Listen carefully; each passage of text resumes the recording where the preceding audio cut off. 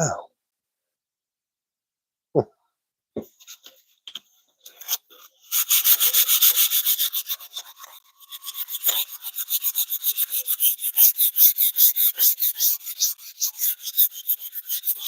Yeah, not too bad, man. Not too bad. Getting there. How you doing? My microphone. Oh, hang on a minute. That's not bad. How about that? Is that better?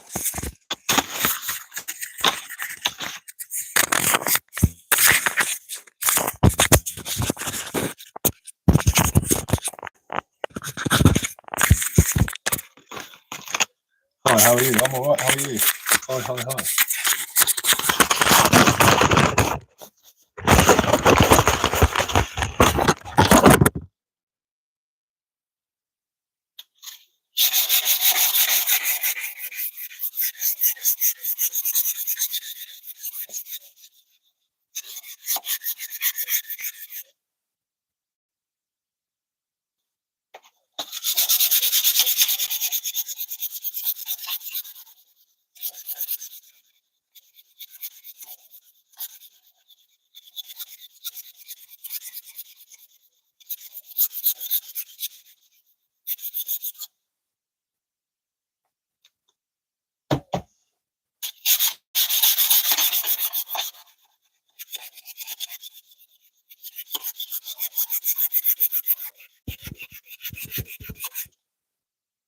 We've still got no. Oh no, we're still on. We're on.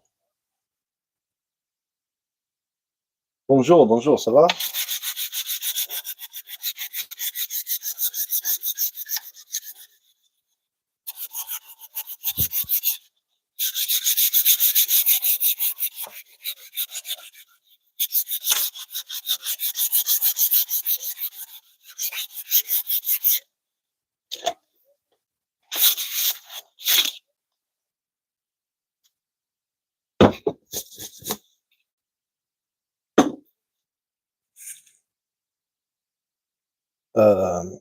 Come see, come ça, if I remember rightly.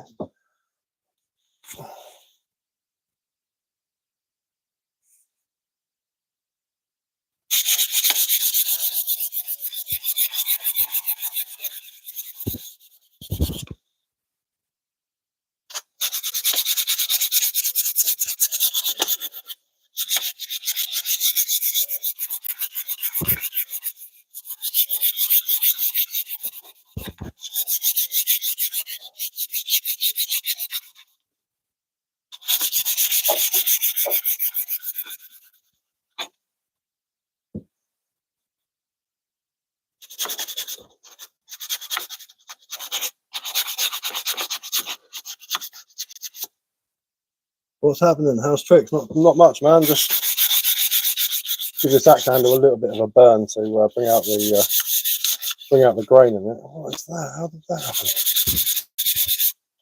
We don't like that. That was a little knot.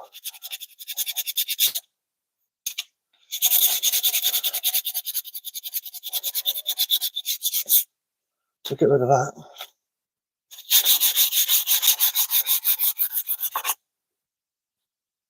Absolutely covered it. Bit of a wearing old clothes, isn't it?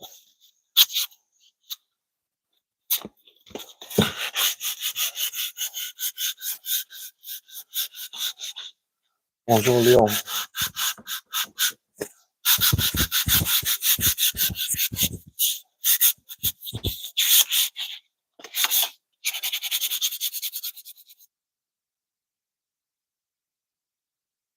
You're talking to me, T? You're French, yes.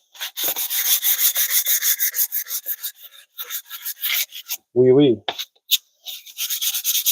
Oh, we are. I'm English.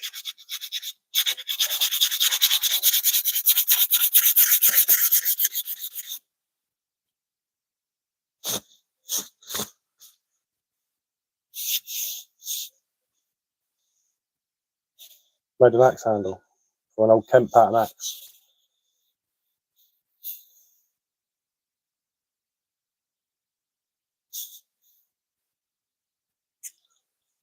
Nice. There's a video, I've done a video of me hanging it. What the bloody hell's going on with that? I keep poking out of there like that. There's a little dimple there, I don't like it. You only speak a little bit of English. Fair play, man. I only speak a little bit of French. Only a little bit of le français.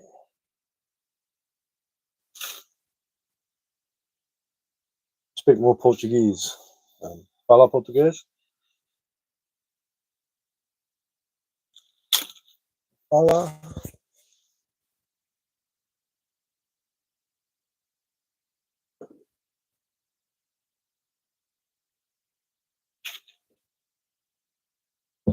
You only speak a little bit of French. Only what I remember from school. Let's clear a space on here. As we are going to oil an axe today.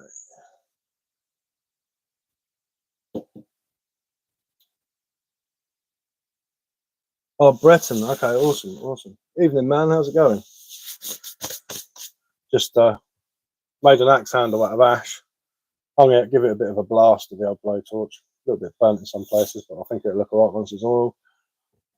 Just to bring out the grain a little bit. A couple of years of GCSE and a few visits to France.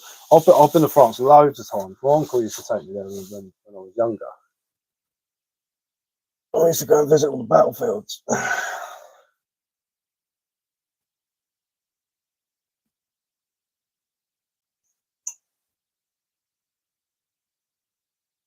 Right. So we're going to start off with mineral oil. That soaks in. I'm going to finish it off with linseed oil.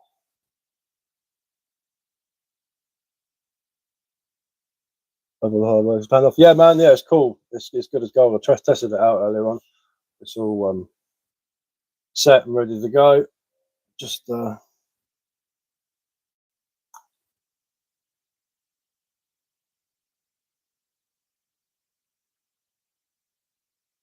oil her up. I'm going to use mineral oil to start off with because it doesn't harden like boiled linseed oil goes like quite resinous once it's dry. Oh, I don't. I'll say my French is well limited, man. That was about me done.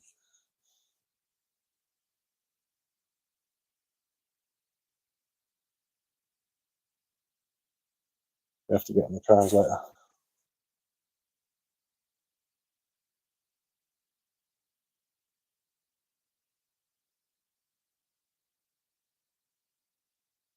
Haven't you hit monetize yet? No, I haven't. No, not yet. Not yet.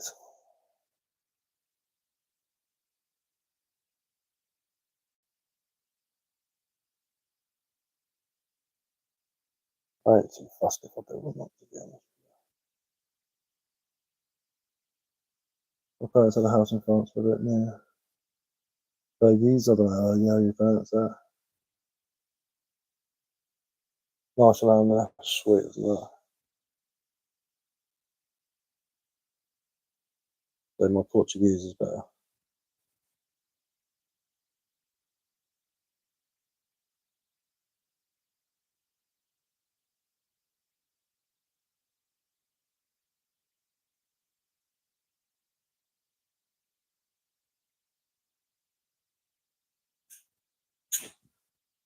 You're new, friends. So you subscribe. Oh, awesome.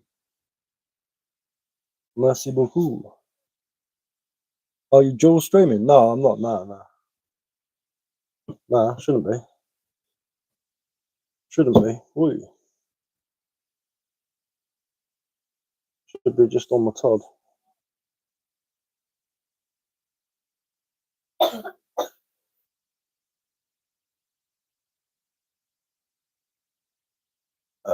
Bretons.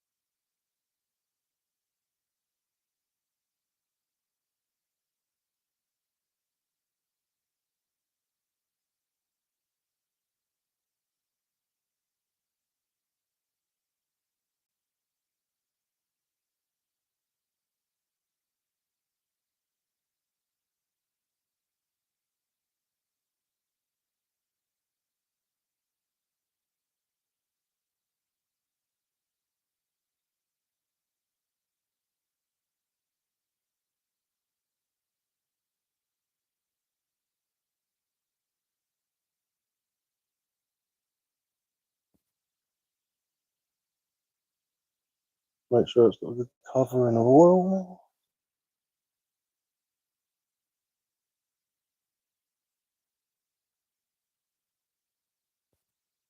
I'm going to pop in from time to time.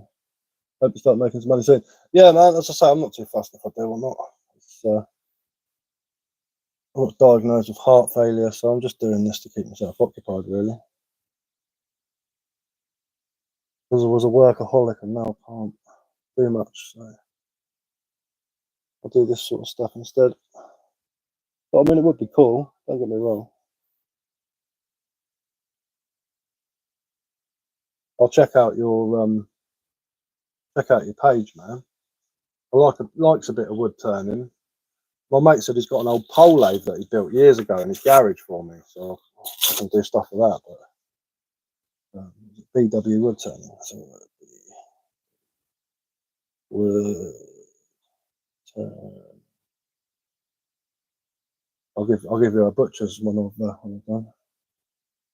Getting the old 4,000 watch hours. Can't be tough.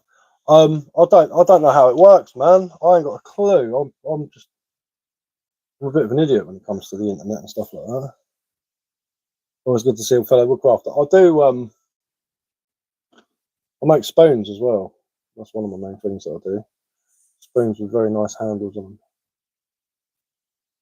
them.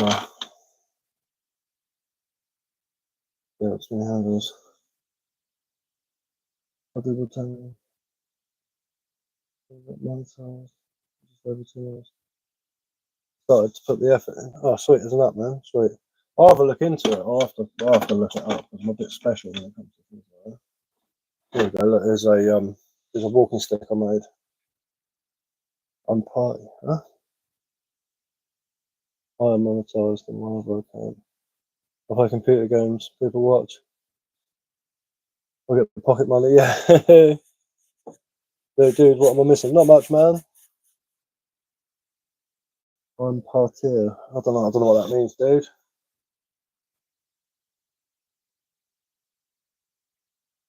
So get the old towel on this.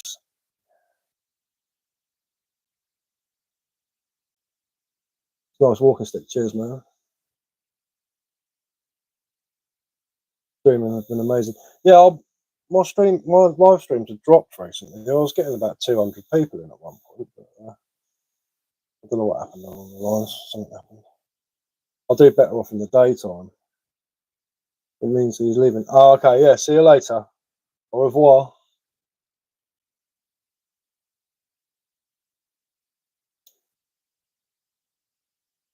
Yeah.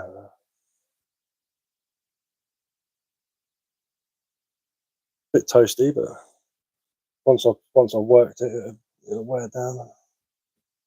Look good, I think.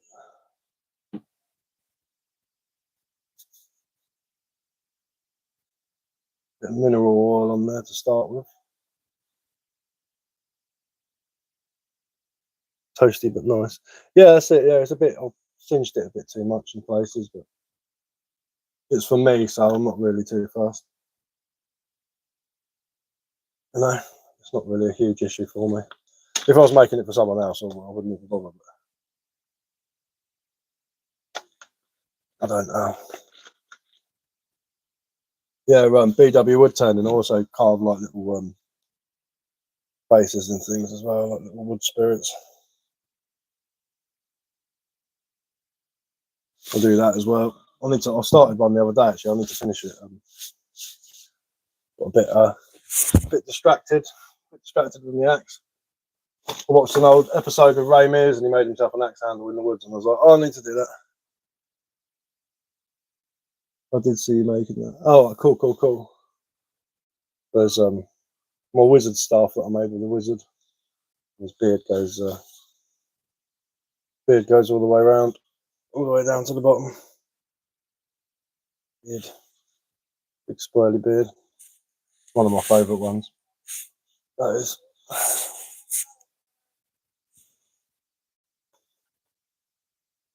Took me a bit to make that.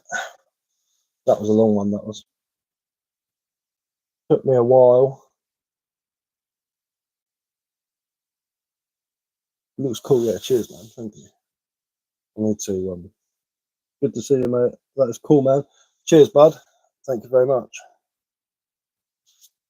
Thank you very much. I'm actually working on a crossbow at the moment as well. There's the bow. It's going to be like a flat bow, basically, with a stock on it.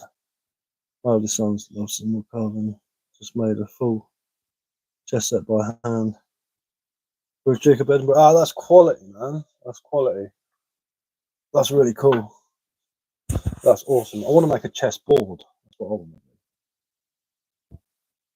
I need to get some food.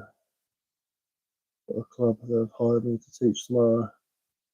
Better be fresh and rested for that. Yeah, definitely, man. Enjoy your day. Be wicked.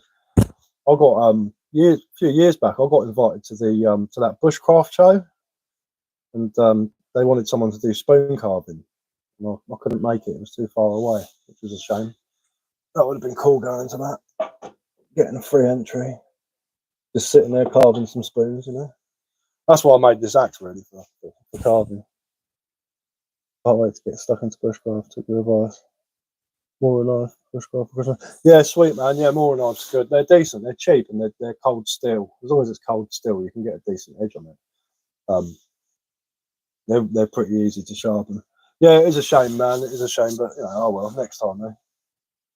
My mate knows one of the organisers, so he messaged me. The organiser messaged me. Too far away. I don't drive, man. So, it's a little bit singy, but I think it'll do nicely. Oil all over my hands now. Oh well. Never the mind. Not too bad. Don't really smell though. Mineral oil is quite scentless. Any video? Huh? Sorry, dude. I'm struggling with the language barrier.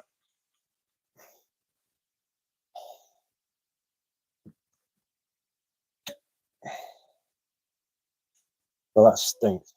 That absolutely stinks.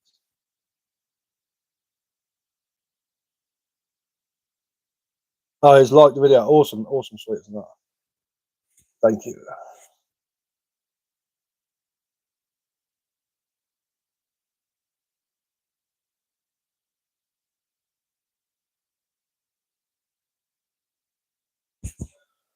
I'm gonna make some salt and pepper grinders tomorrow. Sweet, isn't that? I saw my video from a few months ago. People from all over the country is coming. Sweet, man. That's well cool, man. That's wicked. I'd love to do something like that. Get a few people just show them how to knock up a spoon, you know? Make an axe handle or carve some chopping boards. Oh, sweet, man. Thank you. Thank you for liking my video. I do a lot of reaction videos. So those silly bushcraft videos that people make really wind me up. So I thought I'd turn it into a little bit of comedy.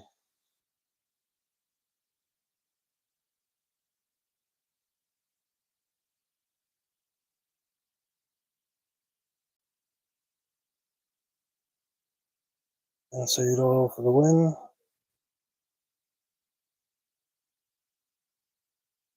We go to bed. Watch your vids. Cheers, man. Thank you very much. I mean, I do better on shorts, really. My main videos don't really go anywhere, but my shorts, one of them got 400,000 the other day, which is annoying because my long-term videos don't really get. Oh well, I'm sure there something will happen.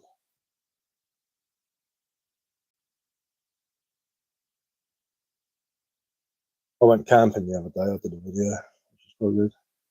Didn't even know you did long videos. I'll definitely watch them. Cheers, man. I've done one where I'm hanging the axe head, and my other one, which I think I put up yesterday, was me up the woods cooking pork on a fire, cooking a big bit of pork joint. See, where did that come from? That is bloody annoying. That is. Just when you think it's smooth, there's a little dink in it. Oh well. As I say, it's for me anyway, so not too fast. Oh yeah, they're warm in the snow and ice. Yorkshire just come out. Gonna get cold next week. Yeah, it's a bit different down here. Be about 6 degrees, I think. I have to find my gloves. Yeah, man. Make sure you're warm. We don't really get snow down here. Very, very rarely. I think the last time it snowed and it properly settled was about 15 years ago. Other than that, we just get little flurries and it don't really settle. But I am sandwiched between the South Downs hills and the sea, so what would you recommend crafting as a new beginner? What do you mean, like what knives and stuff? What to use or what to make? Because if it's just like, if you want to know what to make, I'd start off just getting some sticks, man, some nice dry sticks, and just carving them into different shapes and just cutting different patterns into them, like trimming them up and stuff like that, taking the bark off. Just sort of like practice your knife cuts. That's the thing I'd do to start off with. Just practice using the knife, because I could do a video on it actually. Maybe tomorrow. Oh, the kids are off, aren't they? Maybe if I can get out into the garden on my own, I'll do a video. Oh, originally from South East London. My parents lived in Rye once upon a time. The weather is warmer down south. It is a lot warmer down south. It's, yeah, we're a bit more accustomed to the warmer weather. But yeah, I'd start off with where's my knife? It's in the kitchen. Have I got anything that I can carve? Just to show you quickly.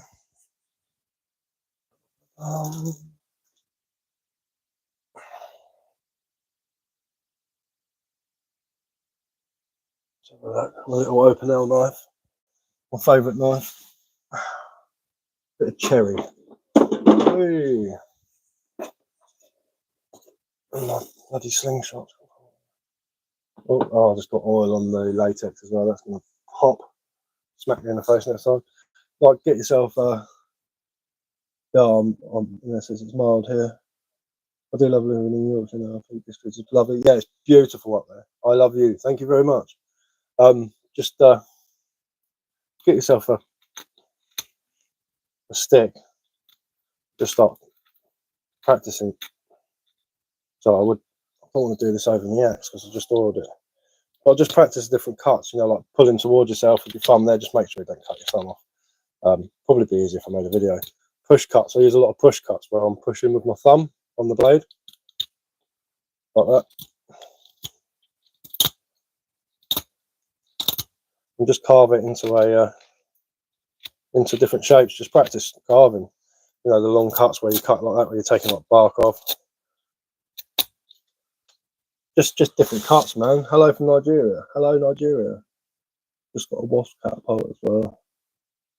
Hit a can from about 10 foot. That's as good as it gets at the minute. I'm better with a rifle, to be honest with you, than I am with a slingshot. Obvious reasons. You don't have to just smacking yourself in the knuckles. What am I doing today? Yeah, you just practice, man. Just be careful. Just like to start off with, always make sure the blade's really far away. It's pointing away from you when you're cutting. you're going to cut your hands at some point. So, I'll do it like once a year. I'll slice my hand open. It reminds me of not to be an idiot with a knife. Make it look easy. I've been doing it a while, to be fair. I've been doing it quite a long time. So, should have got my bigger knife out to show you. Yeah, the old catapults, man. They can be lethal. I've got loads of 10mm steel ammunition for mine, but I prefer my rifle. I'm a lot more proficient. I think the word for it is with my rifle. I can do that. My next job after this axe, I'm going to make a flint bopper out of this antler. So what I'll do is I'll take off this tine here. I'll take off that tine there, and have it as a handle like that, where I can strike pieces of. Thank you very much. Cheers. Where I can strike pieces of flint and make blades. I cut a load of coppice the other day. I made a bow, and I'm going to make some flint arrows for it. The only thing I need to do is get hold of some goose feathers. But I'm sure there's a farm around here of geese, so I can nick some feathers up. Not off the geese, but off the farm around there. Yeah, I love the catapult. These 10mm steel ball bearings as well. Yeah, they're cool, man. I've got those are the clay ones as well, the plastic, the practice ones, plastic ones, practice ones. So I'm going to make a pressure flaker out of that. So I'll sharpen this tine up and I'll cut it off, so I can make arrowheads. I'll take that tine off anyway because it'll be in the way, but I'm going to use that as a flint hammer, like a bopper they call it. So when you start off flint knapping, you'll start off with like a bit of quartz, like a big round bit of quartz, and you take off the edges. And then when you want to get to the finer detail, you use the bopper, which will be made out of the antler, and then the pressure flaker afterwards to shape it into like an arrowhead. Have you thought about dual stream? You could connect your phone to the PC for camera and mic. OBS to dual stream on YouTube. Let's see, have a PC that are close. I don't have a PC, man. I'm not really a computer person. I've got an old laptop, but I can't go on the internet with it. My brother's the computer man.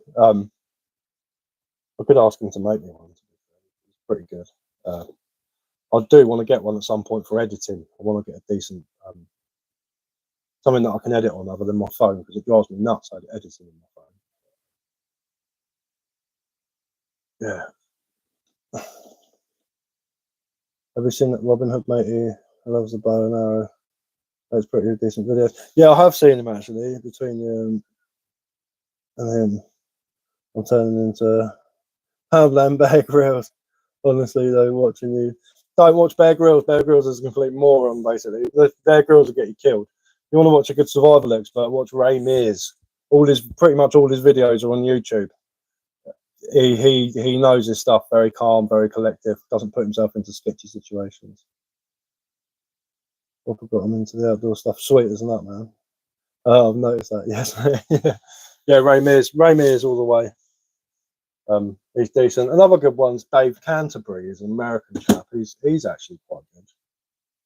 He's decent. He has decent advice. He won't get you killed. But Bear Grylls, I mean, oh, I'm going to drink my own wee. Yeah, that's a really bad idea. It's full of urea. It's poisonous. They actually dehydrate you 5 times faster if you drink your own wee than not drinking it. So, bloke's an idiot. Never drink your own wee in a survival situation. It's poison. Oh, that's not good. Put that back that way. Rest him on those lumps of wood like that. So he dries.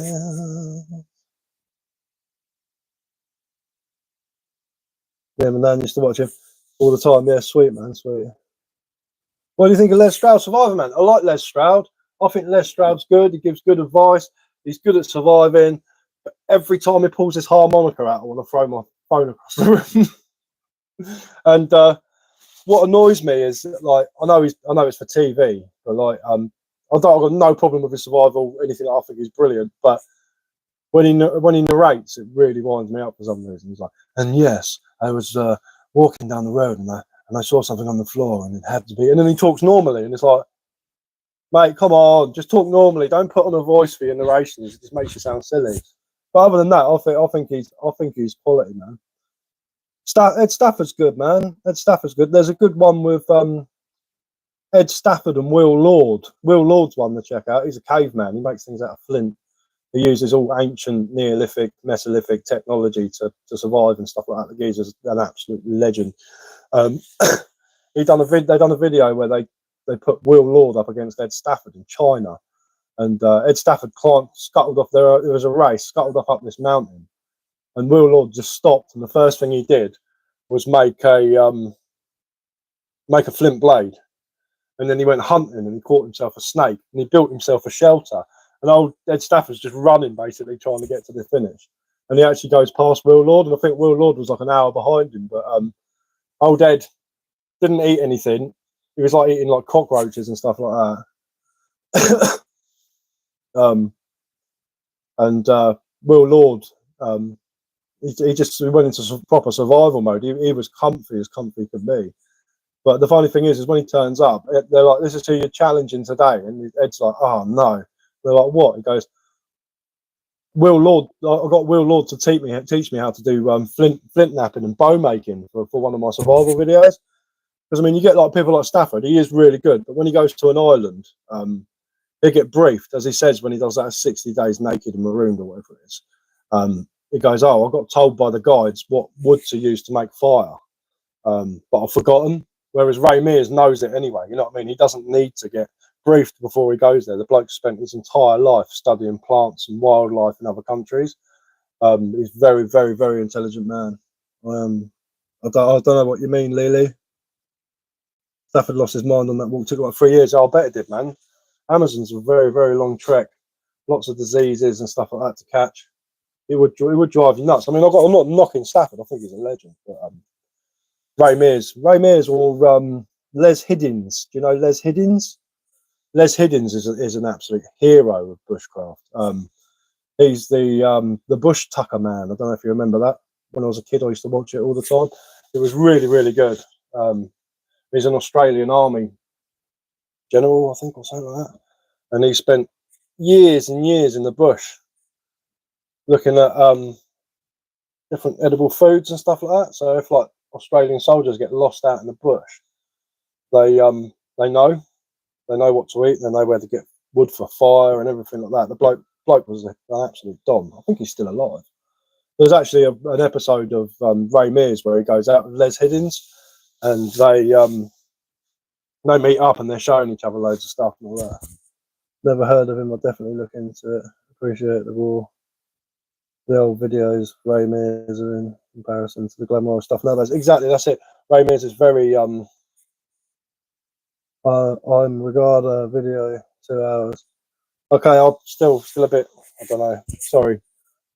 But yeah, Ray Mears is very calm, very collective. He tells you what you need to do, and he doesn't panic about it. He doesn't, like, whereas Bear Grylls will be like trying to jump off a side of a cliff onto a tree and then climb down. You know what I mean? Ray will sit down and make himself a camp, get food and water, sit there and assess the situation, and then go down the safe way. Because in a survival situation, you don't want to put yourself at risk like that. You'll end up dying. Your body will be found out there. You know, it's one of those things. You know, a lot of survival's about your mental state and your capabilities. You know, what you can do.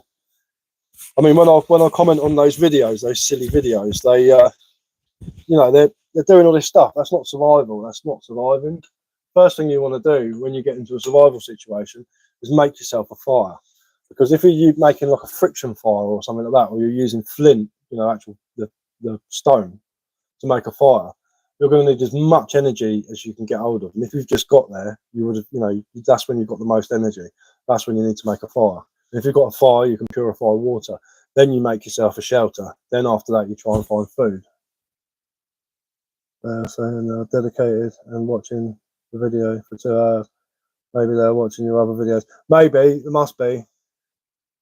Best video of Bear Grylls is where his face blows up after getting stung by the tiniest bit of honey. Yeah, I know, it's ridiculous, isn't it? He bye, see you later. Yeah, that is just like a major no-no. You know, I was to stick my head in an Africanized honeybee nest and get stung in the face. Looked like I'd been beaten up by Mike Tyson. Now they're saying they're leaving again. Oh, awesome. Sweet as a nut. Yeah, it's just silly sort of survival stuff, you know. It's just very bit crazy, you know. Where am I from? I am from England. I'm English, as you can probably tell by the accent. Au revoir. But yeah, I'm English. I'm Englishman. But yeah, Bear Grylls get you killed. Ray Mears keep you alive. Someone said to me once, "What if you could take anyone or anything to a desert island to survive? What would it be?" I said, "Ray Mears." A very American coded Englishman. I'm from American coded. What do you mean? I'm a turnip, mate. I don't think I'll get any less American. Coded? What do you mean? Rewrite that, please. From P and W. I don't know where that is. Oh, Pacific Northwest. Okay, awesome. Yeah, sweet as a nut. Beautiful place. Bear Grylls get you killed. Has a ring to it. Yeah, exactly. It does, doesn't it? Pacific Northwest. See you tomorrow. Kisses. They say, okay, awesome. See you tomorrow. Oh, it's the outfit. Well, my fox fishing hoodie and the fishing hat. I suppose I could be a redneck. Suppose it could be. People do call me a hillbilly. And the beard as well. But yeah, I see what you mean. Yeah, I can see that. Yeah, I get a lot of fishing and hiking around here. Yeah, too right, man. We do a lot of fishing. Well, I haven't been this year because I've been a bit ill, but I do love my fishing, sea fishing, coarse fishing, river fishing, any sort of fishing, hunting as well. I like a bit of hunting. I do actually shoot and eat squirrels as well. So it's not a very English thing. Not many English people shoot and eat squirrels. So that's yeah. I'm a proficient tree rat eater. I love my tree rats. People around here go, "Oh, you can't kill a squirrel. They're so cute. I'll feed them nuts in the park." I was like, "Yeah, I'll feed them little bits of lead straight between the eyes." I've caught precisely 0 fish. Oh yeah, man. Yeah, the squirrel meat. Yeah, exactly. The squirrel, man. Squirrel, man. It's good. Squirrels, lovely. They're American squirrels as well. They're not our own squirrels. They're the grey squirrels. Our native species are the reds, and they got out competed by the grey squirrels many years ago. And the only place you'll see them now is on the Isle of Wight, which is a little island at the bottom of England near me, or up in Scotland, I think it is. Mate, I was going to mention killing squirrels earlier. Oh mate, there's a quality shot with a catapult. Squirrel is actually decent. It is decent meat, man. It's like rabbit, a very delicate rabbit. Really tough skin when you skin them, though. As a carnivore, I approve this eating. Yeah, exactly, man. Oh, the red ones are very pretty. They are, yeah. They're lovely little things with their little pointy, tufty ears. They're really cool, man. Didn't want to look like a savage until you mentioned it, yeah, man. And Dorking in Surrey. Yeah, I know Dorking. Is that the one with the big cockerel on the roundabout? Is that Dorking? Am I thinking of the right Dorking? With a big fishing lake. You go out on pontoons. Punts. How am I doing, bro? Yeah, I'm good, thanks. How are you? You have returned. Yeah, I see that. Yeah. Yeah, I got that one. Yeah, I'm doing good. I made an axe handle for a Kent pattern axe. And I've give it a bit of a singe. Should have really got the blowtorch out a bit longer, really, and just proper singed it. But I subscribe. I'm going to head out. But I hope y'all have fun. Yeah, cheers, man. Thanks for subscribing. It is appreciated. Much appreciated. I do a lot of carving and stuff normally on my lives, but I was just oiling that. I can't bother to start anything. I've got a spoon that I've been working on. It just needs sanding, really. Just sanding up to here, and yeah, that's right. Yeah. And they have vineyards in Dorking. Yeah, we've got vineyards down here as well. Got a big wine manufacturers around here. What, off to eat pot noodle? Catch you on the next live. Yeah, sweet, man. See you later, bud. Definitely do a carving long video. Yeah, I need to really. What is that? Is that actual sandpaper stuck in my hand? I love digging things out with tweezers. Yeah, it is. Yeah, it's actually gone into my finger. I thought that felt like a splinter. Don't have any nails. Yeah, that's. I'm gonna have a dig at that later. Definitely do. Yeah, I will do. Yeah, I'll do a bigger carving video. I want to do it when I'm up the woods. Really, I think it. Oh, there we go. Zoom back in again. You love tea? Yeah, tea's awesome, man. Tea's definitely a very English thing. Well, it's not Chinese and Indian. Look at that out. I've got one out. I'll get my tweezers on there. Do you do much camping and hunting? I do and I don't. It depends. I'm sort of a warm weather man, really. I'll do a bit of rabbit shooting and stuff like that. Squirrels, mainly in my friend's forest. Don't normally video it, to be fair, but I could do a catch and cook or shoot and cook video, I suppose. When I stopped working, it still it took 3 months to get all the steel out of my hands. Yeah, I bet, man. I bet. It's the same when you're working with wood, but not as bad because obviously steel's a bit more brutal. But it's one of those things. I was a hod carrier for 10 years, and I had hands like leather gauntlets from constantly picking up bricks and concrete blocks. I actually had to get a knife and trim the hard skin off my fingers so I could bend them, because the hard skin would just build up in between the joints of my fingers and they wouldn't close properly. They're like raggy dolls joints, you know what I mean? They were really, really, really tough. But now they're tough, but they're not as tough as they used to be.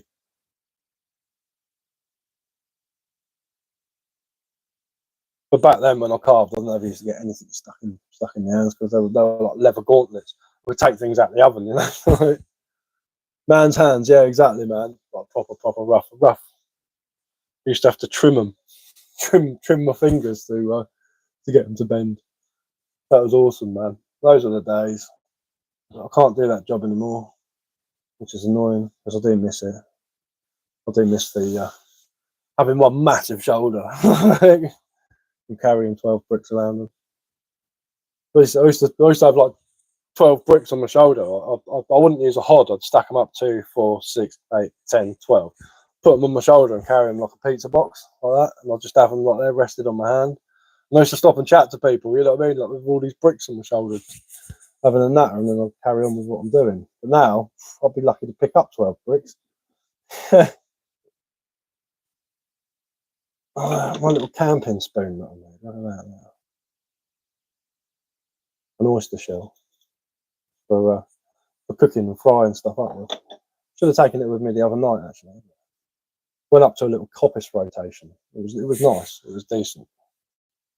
Bit chilly this time of year, but I've got a 4-season sleeping bag. Why can't you work anymore? Because I've got heart failure. I was diagnosed with severe stenosis, so I'm waiting for a valve replacement in my heart. So I can't really get really out of breath. I'm really tired nowadays. It just completely knackers me out doing the things that I used to do, which is really frustrating. But my mate owns a forest, and we can pull up like in the middle of the forest, so I can get out and I can still do bushcraft videos and stuff to a certain degree. I just can't be walking around with half a tree on my shoulder anymore like I used to when I was younger. But you know, it is what it is. But when they operate on me and I'm all fixed, I'll be going out doing. I'll be like walking 20 miles across the South Downs and just camping and stuff like that, and doing some proper videos. But at the moment, I'm sort of limited, so that's why I sit around doing stuff like this, making the old spoons. Spoon carver. With a beautiful handle. My mate said to me, "What do you do to measure it?" I was like, "Measure it? I don't measure it. I just carve it. Just carve. I'll just get a pencil and start drawing and get the old carving knife out. What time is it? It's got to be yeah. Well, I'm gonna jump off because I promised my stepson we'd watch Greg Ovens and drink tea, and I need to go and wake my missus up because she fell asleep putting the kids to bed, so she's gonna be well grumpy when I wake her up. So it's gonna be fun. But and then I'll sit there with my knife Trying to dig my wee splinters out of my hand. Just 2 more to go. I've got 1 out. 3 of them in little lines, you know, like little dots on the corner of your screen. Cheers then, have a great evening. I will do. I'll be on tomorrow about 8 o'clock, where I'll either be finishing my spoon, but I think I'm going to process those deer antlers in the daytime. Does my wife like my beard? Yeah, of course she does. It's always really messy by the evening, like when I've woken up and I've combed it and put all the oil in it and the conditioner and stuff like that. It's actually quite long. It goes down to here, but it just goes all over the place throughout the day. You know, like picking the kids up and stuff, and doing stuff like that. Oh, Badger and the Woodsman, how's it going, man? How you doing, bud? I finished my axe handle, gave it a little bit of a singe. Don't normally burn things, as you can tell. Got the ending. Just need to hammer a spike into it or a ring into the top, just to give it that extra bit of security. I'll stay for an extra 5 minutes because Badger in the Woodsman's here. Yeah, man. You didn't go on the old camp out then?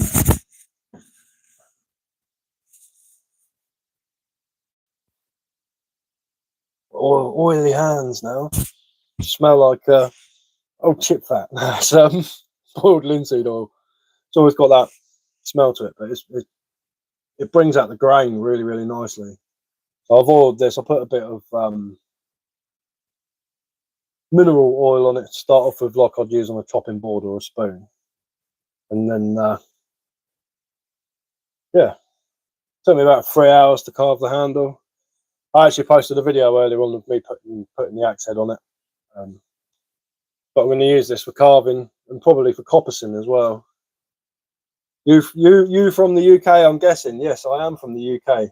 I'm actually from England, which is in the UK, I suppose, but I'm definitely English. From the south as well, as you can tell by my accent. Right down the bottom in the middle, that's where I am. Whoa, here we go. There's the other axe handle that I tried to make and it snapped. But I was using spalted wood, and yeah, it wasn't the best wood to be using, spalted ash, unfortunately. I'll just use it for spoons, I think. But yes, I'm from the UK. I'm an Englishman. A Sussex man, as they say. It's looking good and strong. It is good. Yeah, it's good and strong, this one. Not so much as my first attempt, though. But there's a rotten bit in the middle there, as you can see. Well, hello from Ireland. Watching you from time to time. Like what you do, bud. Thank you very much. Yeah, it's ash, man. I always use ash for tool handles. It's very strong, isn't it? And it's got this shock absorbent as well when you're smacking the life out of things with it. It's decent, man. Like my destroyed maul that I made for carving when I'm chiseling, and I literally like get the back of my axe and just use it to smack it for a log to split a log. So I've got a big old chunk of oak in the shed. So what I'll do is I'll make another one of these. But that's for another video at another time. What I'm doing next is I'm going to start doing some napping, because I've got loads of bits of coppice that I was actually fire hardening. I've done a video the other day. Me and my mate, we went to the woods for the evening, and I'm going to use this. Cut the tine off there. Use this bit from here to here as a bopper for the lighter work, striking the flint. I'm going to carve the end of this into a pressure flaker, and I don't know what I'm going to do with that. I might try and make some beads or some jewelry out of it or something like that, or maybe I might make myself a bushcraft shovel. Like, we'll see what happens. But I went to a local park the other day, collected shitloads of ash. The firewood, yeah, unfortunately, a lot of ash has got dieback now, so it's hard to find a decent bit. Like, this is ash, my little my faces that I carved. I should have kept this for an axe handle, really, but hey ho. it is what it is. But I've got loads of ash in the shed, but it's from a spalted tree that was on the ground, so it's all got lines and stuff going through it. So that's more for like carving faces and spoons and things like that. With we're going to make some cooks as little got these little wooden drinking cups out of it. That's what I'm going to use it for. And then I need to go out the woods. It's a good burn. Sweet, man. Cheers, bud. It is a good burn. Yeah, it's it burns really well. It burns when it's unseasoned as well. It's the king's firewood, they call it. A lot of the ash the ash copses, as in the small strips of woodland. A lot of ash copses were actually planted because it's really, really good for making gunpowder. So back in like the Napoleonic Wars and stuff like that, they would have planted ash forests just so they can make charcoal out of them to make gunpowder. It makes some of the best charcoal for gunpowder. Same here, but in parts you can get a decent thickness of ash. Handles and such. Yeah, I'm lucky. My mate owns a forest. He owns two forests. One of them's a pine forest and one of them's an ancient woodland. And in the ancient woodland, every year 1 or 2 ash trees come down. They fall down because they're dying, so they come down, and I'll get the pick. You know, I'm actually, next time we go up there and my mate's got his 4x4 and his chainsaw. I don't like chainsaws. I prefer hand tools. Don't ask me why. I think chainsaws are too dangerous for me. I'm a bit scared of them, to be honest with you. But what was I saying? Yeah, I'm going to split a few staves. So I've got the heartwood and the sapwood. So I can make a decent longbow. I'm going to spend some time on that as well. So I've got the hardwood on the backside and the softwood on the front. So the softwood helps it bend. I don't know where that comes from. Softwood helps it bend more, and the hardwood stops it from snapping from behind. I'm going to make a proper longbow. I don't think I'll be able to draw it though. My limit's probably about £70 draw, which is, that one there's about 75, I think, the one that I made. You'd have had ash around castles. We got invaded. Spears and bows and arrows. Exactly, man. Yeah, a lot of people say, you know, like, oh, English longbows are made out of yew. They're actually, a lot of them are made out of European mountain yew. They used to import the wood in to make it, and a lot of them are made out of ash. And ash spear handles, I mean, their quality. There's videos on my TikTok, which is annoying because I'll take it off. It's going to have the watermark on it. But about 3 years ago, I made a full lance Neolithic flint tip spear, and it was 8 foot long. And when you've got spears, there's two different lengths of spears. You've got a half lance and a full lance, and full lance is probably about 6 foot. A half lance, sorry, is about 6 foot, and a full lance is about 8 foot. And the reason it's so long is that if you've got a short spear and you're walking and you fall on it, it's no good. So if you're going to make a spear, you always have it taller than you. So when you fall over, it falls in front of you. It doesn't end up sticking you.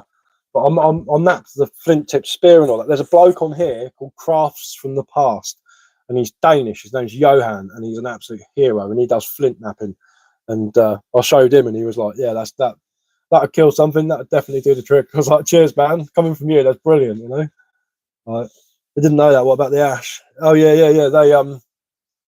They used to use it for gunpowder production, the charcoal for gunpowder production, because gunpowder's saltpeter, sulfur, and charcoal, if I remember rightly. And there was always that thing, wasn't there, where they used to import saltpeter from other countries so they could make gunpowder, but then they realised if you boil down animal dung, you can make saltpeter out of it. So England started manufacturing its own gunpowder. I can't remember the dates. I'm rubbish with dates, but yeah, man. The first ever proper hand rifle gun musket thing was the harquebus, which was a matchlock with the old flaming match, and hit the frism. I'd love to make one, but unfortunately, it'd be crazy how people work this stuff out. It's mad, isn't it? I think the old story goes someone was trying to make the elixir of life and ended up blowing themselves up. But the Chinese have been using gunpowder for thousands of years, but they didn't know how to contain it and use it as a projectile weapon. You know, whereas like when the Europeans got hold of it, they were like, hang on, there's a big flash, And then maybe if we contain it, oh bam, it's got a lot of potential. They started off with arrows and spears and stuff, and trying to fire spears and arrows, and then eventually it was blacksmiths that originally made handguns, like the Arkway bus, and they'd make a big pole of wrought iron or steel, and they'd hammer a shine, Jesus shine, yeah, right. They'd hammer it straight through the middle and make like a tube, and that's what the first ever guns, how the first ever guns would have been made. And obviously they use lead. Nowadays you've got things like the 575 Tyrannosaur and stuff like that, you know, absolute monsters of guns that just tear things in half. But yeah, it's mad, man. And then corning, for instance, that was discovered by accident. Corning is basically what happened is gunpowder merchants used to carry their gunpowder in sacks, and when they were on the horse it used to shake. All the ingredients would separate, so they'd have to remix it when they got there. So what they did is they come up with the idea of getting the gunpowder wet and making it into a cake, and then when they dry it out, and then when they get to where, you know, they'd sell it, and then whoever used it would get something similar to this, and they grind it up. Now what they did by accident was they corned it basically. So as they ground it up, it actually made little balls of gunpowder instead of a fine powder. And what would happen was, sound like Jeffro, what happened was it actually increases the surface area of the gunpowder and makes it 10 times more explosive. So when they put it in the old cannons of the day, this is why gun barrels are called barrels, because when they make a gun is actually a cannon. I'm going off on a tangent here. A gun is a cannon is a gun, a pistol is a pistol, and a rifle is a rifle. Now what they used to do is they used to use metal staves and then rings, and that's how they make cannons. And when they put the corned gunpowder in it and first fired it, it actually blew the cannons up like giant grenades because they couldn't hold it. But it worked really well with muskets, because muskets were one solid piece of metal. That's why they started casting cannons. But yeah, anyway, I went off on a tangent then. Would you say I could sell ash firewood for way more than pine? Yeah, definitely. It's hardwood. Hardwood, definitely.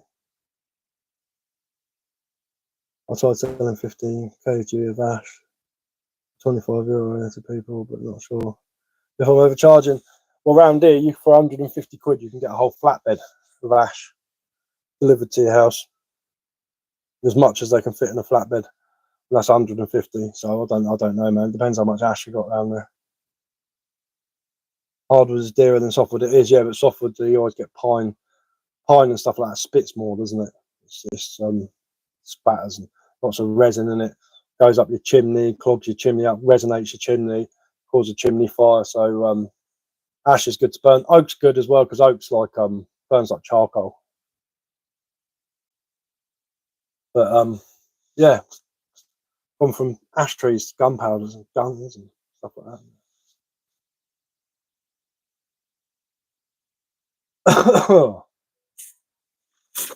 Oh dear.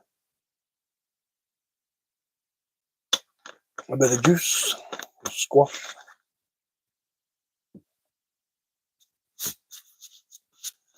But yeah, ash, very, very good. Very, very good wood. Lots of different uses. I'm going to get a couple of little saplings from my mate's woods, actually. I want to grow a few ash trees. Maybe make a bonsai. That would be pretty cool.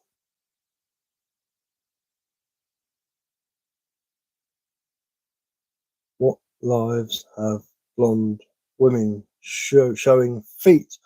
I don't know. I think you're probably on the wrong app, mate. If you want to be looking for that sort of thing. Much plans for tomorrow? Yeah, I'm going to process this deer antler and make some tools to knap flint with. Make myself some flint blades and some arrowheads. Nothing fancy, but I'm sure I'll get along. Got a big bit of leather to put on my legs so I don't slice myself to pieces. And it's Saturday as well, so I've got all the kids are here. So, well, they're always here, but it's just Saturday, so they're here all day. That's why my fire set wasn't working. My drill got so my spindle got so small. One of my photos, birch. Yeah, birch. So many different uses for birch. I like birch for carving spoons and bowls and stuff like that. It's really good for carving.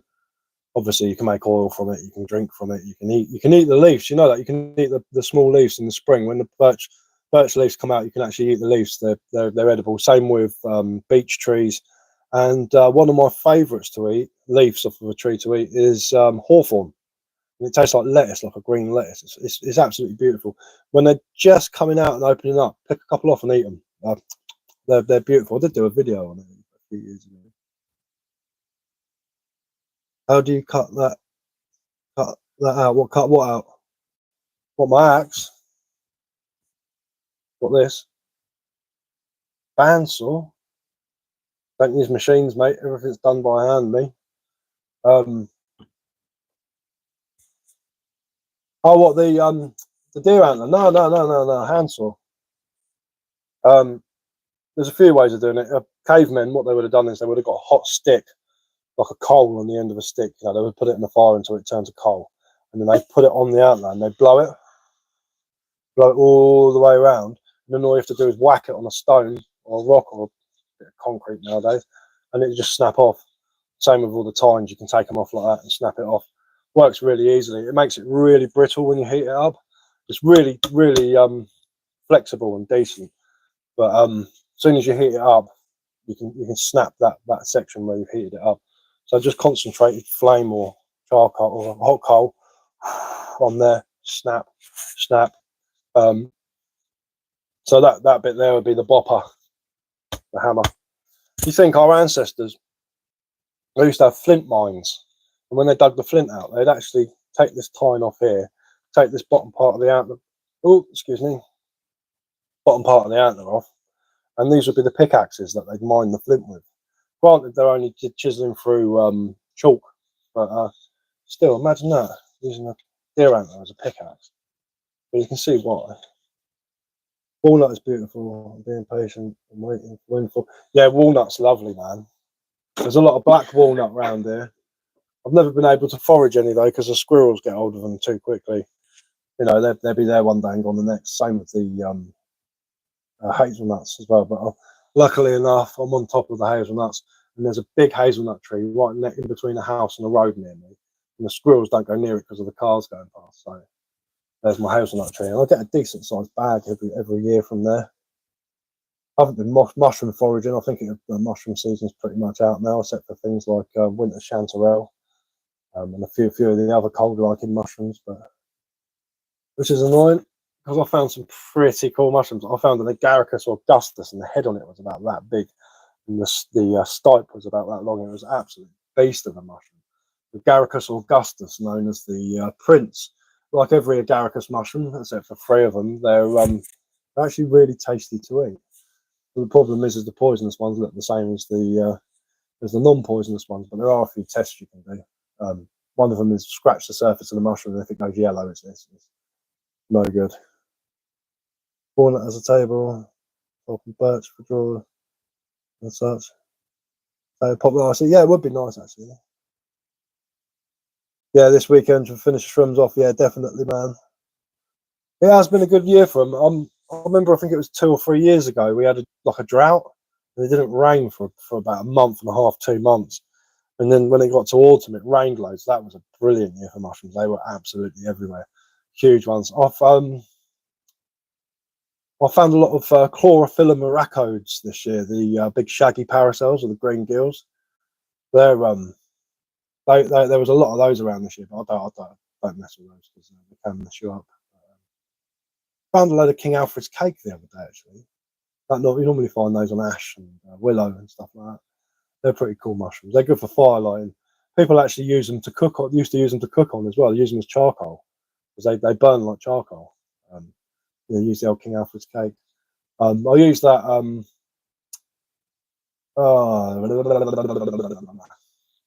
Not in the Notus obliquus. That's chaga. Applanatum, Ganoderma applanatum, the artist bracket fungus.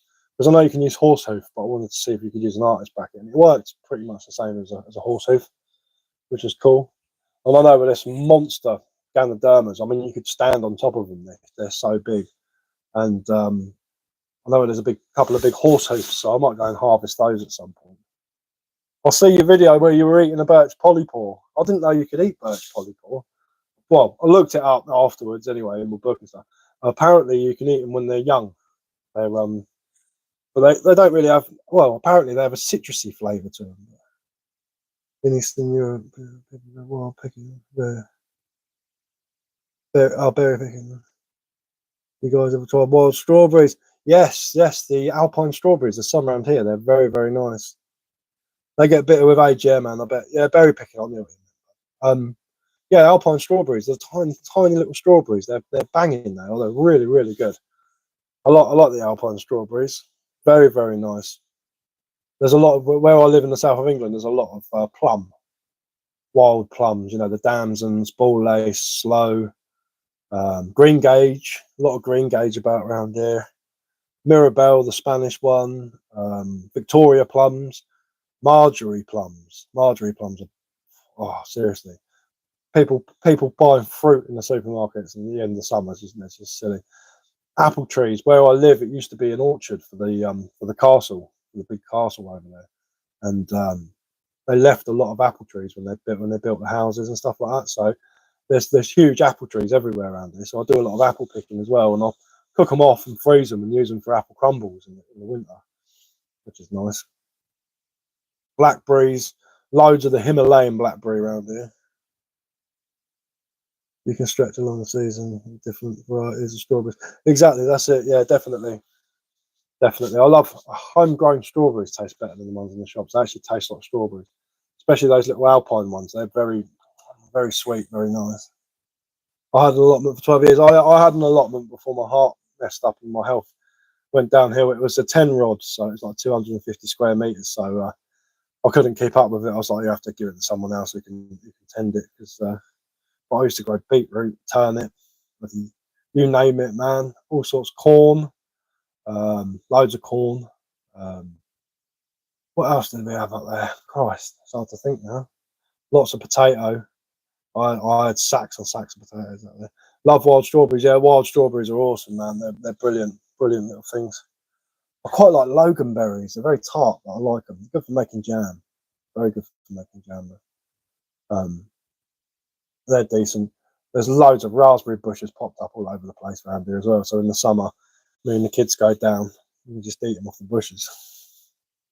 Someone walked past, they're like, "You shouldn't eat them off the bushes. You should wash them first." I was like, "I ain't scared of a bit of insect protein. I don't care. I'll eat them straight off the bush." Oh, 3 days.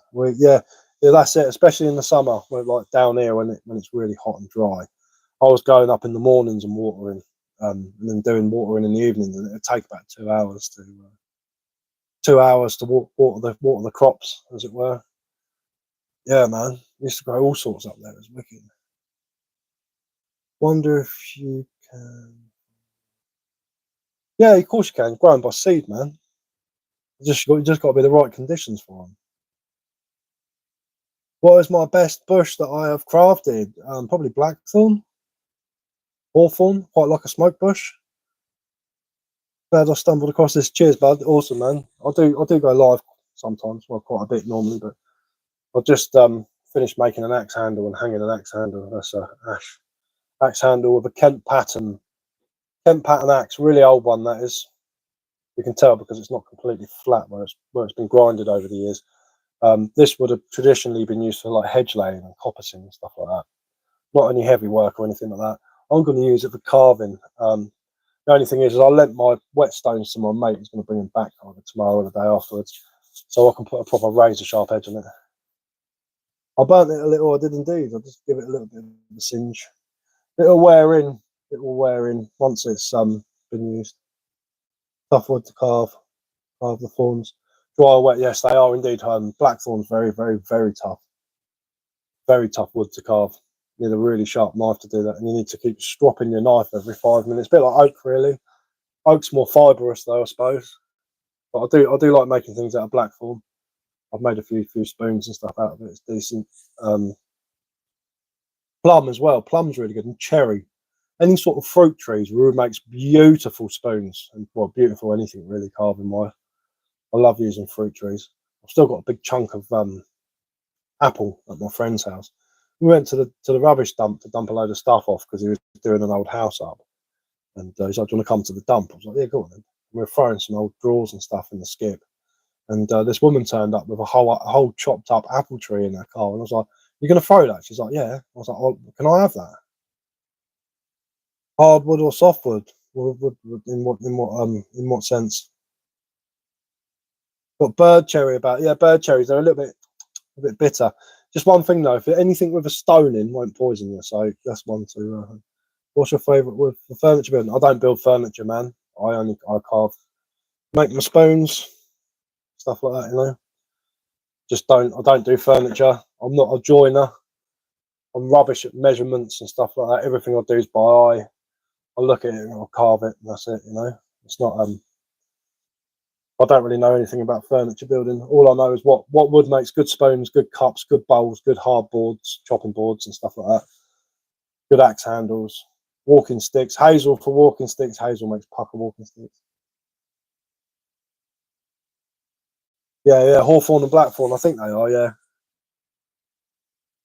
it depends.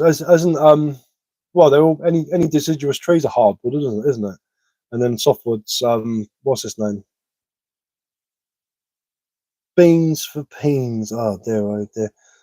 Look, dude, you're not original. It's not funny at the end of the day. I know you're just sitting there amusing yourself in your mum's cellar or your mum's spare bedroom or something like that. It's not needed. You know, like if you're gonna try and take the mick or whatever and try and be funny, which you're not funny, why don't you be original about it? Why don't you use your life? Why don't you use witticisms? Be clever about it instead of just all these stupid, childish. I'm assuming you're a child because the stuff you're posting is just infantile. I think the word for it is. But I'll give you a 6 for effort, but a 2 for execution. Calm down. See, here we go. This is the new thing nowadays.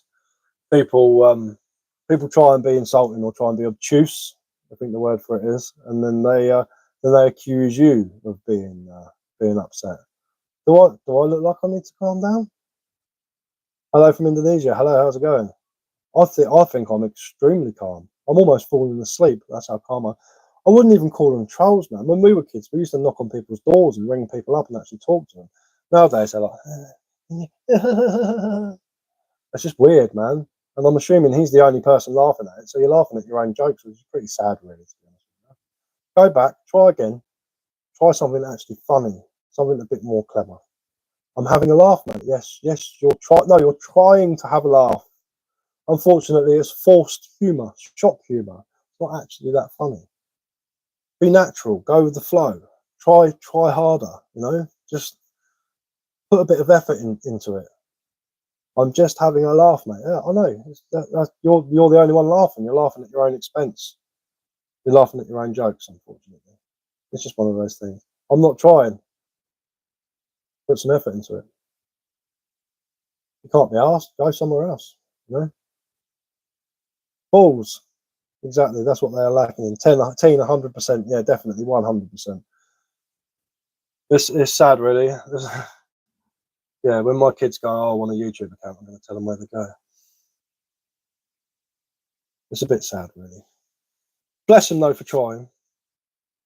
I wonder how much Mix and Sticks, how Mick and Sticks crew are going to do it. Hopefully, they're having a right old giggle sitting around the fire, enjoying themselves. That'd be cool. I'm sure we'll see some decent videos from them, so I'll be looking out for those. I think I've watched all your videos now, Badger and the Woodsman. I think I've watched most of them. I like your videos, man. Very relaxing, very chilled out, very in tune with nature. You know, I like that sort of thing. Why so serious? I'm not so serious, dude. I am very, very. Watch my videos, man. I have a laugh. I just come across as serious because I've got a grumpy face. I'm just trying to get you to think about what you do, why you're doing it, and you know, it's down to you. Oh, thanks, bud. Yeah, cheers, man. Yeah, it's awesome, mate. I like it. I like the chilled out. I like the smaller creators, you know, on YouTube. I like it. It's decent. I don't like all these hectic, shouty Americans. Just, you know, hi, welcome. Whoa, chill out. You're in the woods, man. Calm. Be one with nature. Enjoy it. I like your little stove, man. I think that's cool. My mate's made one out of an old ammo box, and the chimney's made out of old metal chair legs. I'll try and get a video next time I go around there. It's pretty cool. He's an engineer, and he said to me he's got an old jerry can that I could make into a stove. You should have got mushies picking with me, mate. Got the old Liberty caps. No, you're all right. I'm all right for Liberty caps. Because that's what you're on about. You should have got mushies.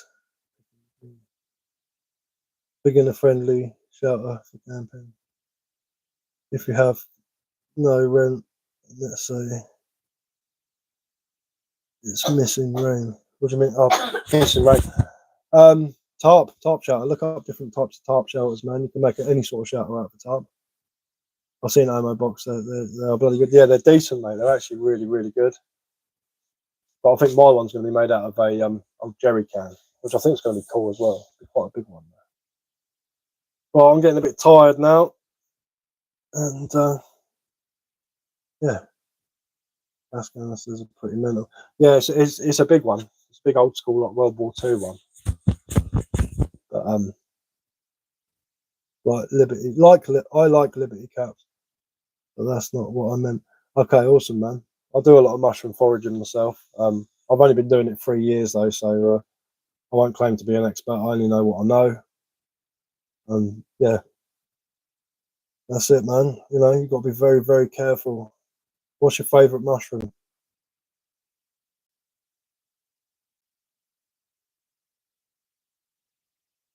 Coming to the end of the season, it is pretty much the end of the season, but there are winter mushrooms. If you knew your mushrooms, you'd know that. What's your favourite mushroom? You can pick mushrooms in the winter. There are certain ones. Polypores, yeah, man, definitely. Sulphur polypore is one of my favourites. The chicken of the woods, the birch polypore as well. Blackening polypore. Love them a few uses. Yeah, they're razor strop fungus, isn't it? The birch polypore. You can use it for sharpening your knife. You can use it as a plaster. Puffball, which one? Which puffball? What's your favourite puffball, man? There's quite a few. Hello, first time I've seen you. Hello, how's it going? I'm going to jump off in a minute, man, because it's getting late. And I need a cup of tea. I'm starting to get a bit. I've taken all my medication and stuff, so I'm feeling a little bit. I'm starting to slow down a bit. Lowers my blood pressure and my heart rate so much. I feel like I just. The biggest ones. You obviously know your mushrooms well, man. I wouldn't go mushroom picking with you, mate. You want about the giant puffball, the petal puffball, the puffball? Giant puffball. See, there they go. Big T 9000 nose. But yeah. Beans for peens, mate. I wouldn't go mushroom picking with you, dude. They taste gorgeous out of the frying pan. Big steak, puffball. Yeah, they are nice, big giant puffballs. Or is that more of an exotic one? What's that? The giant puffball?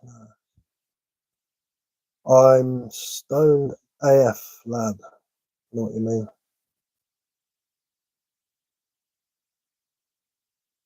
Dude, I smoked for 22 years and there's no way I'd forget a mushroom. Didn't hinder my memory at all. I think that's a bit of an excuse there. London, Maine. You mean Lions, Maine? Lions, Maine. Lion's mane's actually protected in the UK. If you pick it, you can get into a lot of trouble for picking lion's mane. You can grow them though. You can get kits where you can grow your own, but I wouldn't go picking. If you see a lion's mane, you're probably better off notifying the authorities so they know where it is and they can put like a protection order on it. Because yeah, lion's mane, very, very, very rare, very, very rare. They're just protected, man. They're so rare. Pheasant back. Ah, dryad saddle. Yes, smells like watermelon. Got a watermelon smell. Good for your brain, apparently. Yeah, they are. Yeah, apparently. A lot of the wild foods are really good for you, but you know, if you want to check out a good forager, check out Eat the Country. He's really good. He's decent. He'll tell you all about all the different mushrooms. I like the old penny buns and the slippery jacks. One of my favourites. I like the agaricus strains. They're decent. Watermelon rind. That's it. I couldn't think of the name of the skin of the watermelon. Every year there's a big old chestnut tree near me, and it's pretty much dead. But you always get dryad saddle growing out of that. Big rubbery when you touch it. It's really, really cool. Lots of Russella in the woods up there as well. Any books you recommend for wild edible plants? Yes. There's a really good one that I've got recently. Charity shop jobby, obviously. There's the amount of people that give these things away. It's unbelievable. But you know, you get the old fellas and stuff, and they pass away, and their family don't know what to do with them.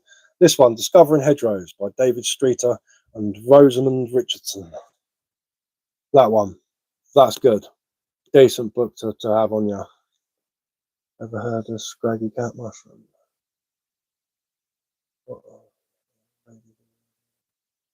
I don't know. I think I know the ones you're on about. I'm not too sure. As I say. Here we go. Look, that's what my axe would have been used for originally. My axe head. I don't know if you can see that. Hedge laying. The art of hedge laying. So you used to get the old timers used to be able to twist a piece of coppice that thick and bend it in. Love taking my kids mushrooms hunt, and yeah, I'll take my little ones with me as well. This is a good book. So look, it's got all your like rose hips and stuff like that, and all your different things in there. I'll tell you what I do like. Not a lot of people know about them or eat them nowadays. Are medlars. If anyone knows what a medlar is. But yeah, all the different pollinators, shows you all the different plants, stuff like that. What time of year they're meant to come out, which is a bit cagey because you just got to keep looking. We have comfrey in here. Loads of stuff. That's a good book to have. It's just good for foraging and knowing your plants and stuff like that. Different leaf structures and stuff like that. Oh, absolute crazy wrist strength. The bloke who taught me how to hedge lay, he was just literally like, especially when I was like, mate, how'd you do that? And that was before I was ill, when I was strong, you know. Roger Phillips, Mushrooms for Mushrooms. It's a good book. Decent, man. It's got not every mushroom in there because there's thousands of them, but it's got most of the edible ones in there. There you go. Look, this is when I was double checking on my chlorophyllums. No, they're not chlorophyllums. This is the agaricus. Sorry, all the different agaricus species. So many different agaricus species. These are the ones you've got to watch out for when it comes to field mushrooms. Those bad boys, the yellow stainers. They'll kill you. It ain't easy twisting hazel. No, I can only twist hazel that's about that thick. Just about. Bend it a little bit. Try and wrap it around. It's definitely an artwork. But those boys who do the hedge laying, they do it all day, every day. They're really, really strong. Yeah, it's really hard to twist them in. Really, really hard. Twist them and poke them back in on themselves. They're really, really, really tough. But I think it all depends on how freshly cut it is as well. When it's really freshly cut, it's a lot easier. But I was fire hardening a piece of hazel the other day to make an arrow with, and it was just, as soon as I heated it up, it was bending. Yeah, they stain the knife yellow. They stink of rubber. When you cook the yellow stones, they do. They smell chemically, don't they? They got that horrible chemical smell to them. Nasty bloody things. But there's only 3 poisonous agaricus mushrooms. 2 stain yellow, and the other one's so rare you'll be lucky to find it. But if you're really concerned, do a spore print. Check out what colour the spore print is and the pattern of it and stuff like that. Right, anyway, I've got to go because I said I'd watch Greg Ovens with my stepson. So and I want to watch the one where he goes to Australia. So I'll be watching. Have a good one. Cheers, man. Thank you very much. Anyone that's subscribed and stuff like that, anyone that's commented, thank you very much. It is appreciated. So much of modern society I forgot about. I'd love to learn what our ancestors knew. Go on YouTube. You're on YouTube. Go look up Ray Mears, Aboriginal Britain. that doc is a 4-part documentary where he goes around exploring all the different foods and stuff. Yeah, cheers, bud. See you later, Badger. I'll be keeping my eye out for more of your videos. I'll see you later, guys. Enjoy yourselves, have fun, look after yourselves and all that, and I'll see you next time.